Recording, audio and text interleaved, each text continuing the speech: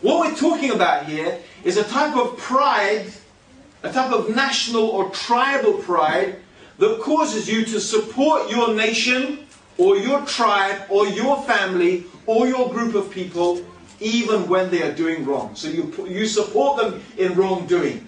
That, right, is a type of nationalism and tribalism that is forbidden. Yeah? So my country is right whatever they do. Yeah? Our lads, our soldiers in Iraq fighting an illegal war. Well, you know, whatever. They're our lads, they're fighting, we're with them, whatever they're doing. No, that's an illegal war. No, there's no doubt about it, it's illegal. That is a criminal activity that our nation is participating in. The rape, the murder, the genocide, the pillaging of another nation of people. No doubt about it. Have no doubt in your mind. What is taking place is virtually genocide, and this nation is part of it. Headed it, along with America. And history will bear witness to that, and even more important, Allah will bear witness to that on the Day of Judgment, to the reality of it. There's no Muslim, no British person should feel proud of that. Unless maybe they're confused, right? They should not feel proud of that. Any more than Germans should be feeling proud of what Hitler did. Nothing to feel proud about. If you feel proud when your nation, you still feel proud when it's participating in wrongdoing, that is jahiliyyah. That's pure ignorance. That's what really you could say is the fountain of injustice and tyranny. Justice is blind. Justice is blind for a reason. I don't care if you're my daughter or my sister or my Muslim brother. When you've done something wrong, you've done something wrong. It doesn't make any difference to me. That's when they came to the Prophet ﷺ. This is justice. And there was a woman, she was from one of the important tribes, and she was an important person from that tribe, and she stole something. And they caught her. So, the hudud was going to be implemented on her. Her hands chopped off. So they came and they gathered together, they said, some of the people, they said, you should go and we should tell the Prophet ﷺ, we should try and intercede to stop this happening. Okay, so they sent Zayd. Or was it Osama? I don't remember. Anyway, who the Prophet ﷺ loved very much. So when I think it was Zayd when he came,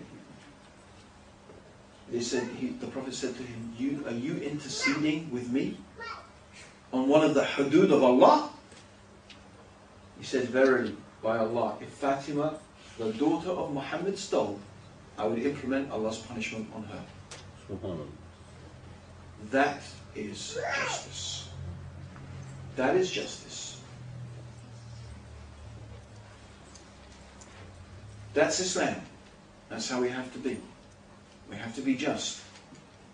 We have to be blind when it comes to justice. You don't support your family or your nation in wrongdoing. So when I talk about civil and being part of civil society, I don't mean a type of bigoted nationalism that you have to become some flag-waving, nutcase. Yeah? Okay, I don't mean that. What I mean is, the nature of the Muslim is always to try and encourage goodness wherever he or she is. That's our nature. The best of you are the ones who are most useful to humanity. It doesn't matter who the humanity is, but the best of you are the ones who are most useful. So it is the nature of the Muslim to be useful, to try and create goodness and to increase goodness and to reduce harm wherever they are, and to be actively, proactively involved in that. That's the nature of the religion of Islam, that's the nature of the Muslim. We are not a religion of monasticism and hermetism, right? This is our deen. So this is part and parcel of what it means. And let's just take one final thing, brothers and sisters, from a purely selfish point of view. A purely selfish point of view. The Prophet ﷺ, he gave an example of the people in a boat. And there are two decks on this boat, the upper deck and the lower deck. The upper deck has water and the lower deck has none. So of course after some time the people on the lower deck, they start getting thirsty. But they feel shy to disturb the people on the upper deck. So what do? They start digging a hole in the hull of the boat to get water that way. Now if the people on the upper deck do not stop the people on the lower deck, what is going to happen? Yeah? The boat's going to sink, right? And everyone is going to drown. With the water or without the water, upper deck or lower deck. It's not going to make any difference. Brothers and sisters, I would like to think of this example here as the water being the Quran, the guidance from Allah. Believe me, it is this that the people are so thirsty for, even if they don't know it. Yeah? You know, a person who's an alcoholic, an extreme alcoholic, water doesn't taste nice to them anymore. You know that. They can't drink water, they just have to drink this filth. Right? It's true. Yeah, it's true. Yeah? Although water is so essential, it's the best drink. But if you get sick enough and perverted enough, even water will taste nasty to you. It doesn't mean that person doesn't need it. It's the same. There are people who hate Islam. Doesn't mean they don't need it. But they got so deep in the sickness. Their hearts have become so hard, so clouded by sins, so confused by propaganda. Maybe they've got good hearts, but their mind is confused by the lies that they affect every day. So they don't see that. But believe me, it's the water they need. They're thirsty. The people are thirsty for the guidance. The soul is thirsty to remember Allah. Because that's what gives rest to the soul. There's nothing that gives rest to the heart and the soul except remembering Allah. That's what the souls of people are crying out for. So they want it. So that water is like the Quran. If we don't give the guidance, if we don't give the guidance to them, or if they feel shy to come to us and find the truth from us, they will try and get their water from somewhere else. They will try and get their satisfaction. They will fill their heart with whatever they can. But the problem is, if they don't fill it with Quran, if they don't fill it with obedience to Allah, if they don't fill it with remembrance of Allah, they will fill it with disobedience. Because the heart is a vessel that has to be filled. It's the nature of the heart. It has to be filled. It can't be empty. If it's not full of dhikr, if it's not full of remembering Allah, if it's not full of obedience to Allah, it will be filled with something. People will fill it with music, with drugs, with sin, with whatever.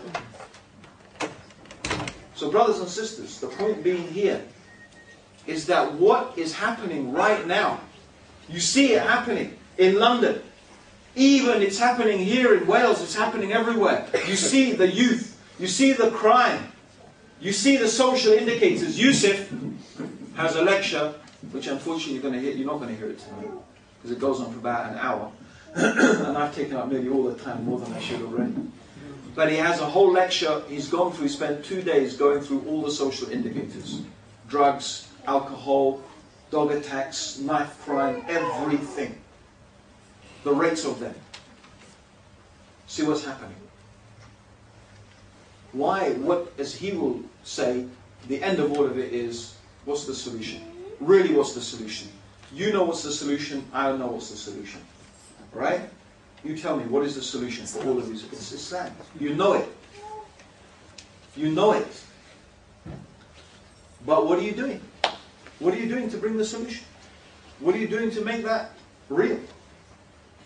That's what Islam in Britain should be at. We should be. Let's, I'm not saying forget about Khilafah. Let's not forget about our glorious civilization. Let's stop dreaming. Let's just stop dreaming about things that are really dreams. Let's just, no, don't stop dreaming. Dream if you want, okay? But just be practical. Be practical. Practically, what can you and me do? Here, in Wales, in Swansea, practically what can you do? Can you re-establish the Khilafah? I don't think so. You can remind yourself it's important. Are you going to re-establish the glories of Islamic civilization here in your life? I don't think so. You can talk about it, it's good to know. But practically, you know what you can do? You Muslims of Swansea can practically make Swansea a better place to live for you and your children. A better place to be educated for you and your children. A better place to work for you and your children by participating in society in a way that is going to make it better.